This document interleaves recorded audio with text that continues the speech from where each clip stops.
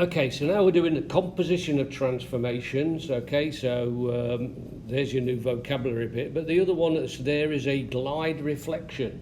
And we had a question about this in 1.7 about your feet on the sand or wet feet on the floor or something like that. But when you're actually walking, you actually do a glide and then you do a reflection. Okay, so that's combining the two. And there's a lot of things that we do in life where we do several different transformations all in one go, not thinking we're doing it, but we're doing it.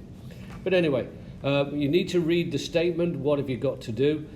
First and foremost, you've got to do this translation, which is your vector of 0, 4, and then you're reflecting it in the y-axis. So all now you're doing is combining what you've done. So again, start off with your coordinates, then do your glide, add them to it, and then don't forget when you do the reflection, you've got to do negative x and y when it's over the x-axis. So then you go to this column here, all right? So let's have a look at what you've got. Right, so you first and foremost, you plot this first one, all right? So what is your first one? And then you've got to make sure that you plot that first. Okay, then you've got to do your glide, which will take you up to here, and then you're going to go over here over the x-axis. So take your time, but it is things that we've done in the past, so you know, there won't be many examples done by me because it's already done in previous sections, especially 3.1, 3.2 and 3.3. Okay, so let's have a look at question number 1. What we've got 3 points. You've got C, D and E. You've got to graph it and its image after it's been translated and reflected, a glide reflection. So first one, start off with your C, which is -5, 1, -1. Okay, D is going to be -2, -5. And then E is going to be -1, -1. Okay, well the first thing you've got to do is your 4, 0.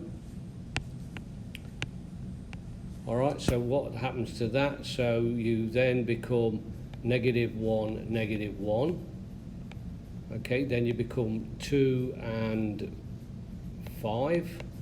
And then you become 3 and -1. All right, so there's where your C dash goes, D dash and E dash.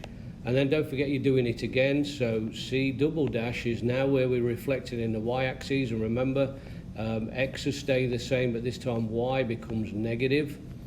Okay, so, or changes the signs, I should say. So C double dash is going to be -1, 1. D double dash is going to be 2, -5. And E double dash is going to be 3, 1. Okay, so that's what you've got to do. Once you've done it, then you can plot all 3 of them. Okay, don't forget to plot all 3 of them, and you can do it in colour, so we're good to go. All right, so I'm only going to do the examples now. I'm not going to do any questions because you should be able to do them now. Okay, what have we got here? You've got your 3 points. You're reflecting it in the x-axis, and then you're rotating it 90 degrees. Okay, so here's your original coordinates. You've only got a line this time. There's your original coordinates. Then what have they done? They've reflected that in the x-axis.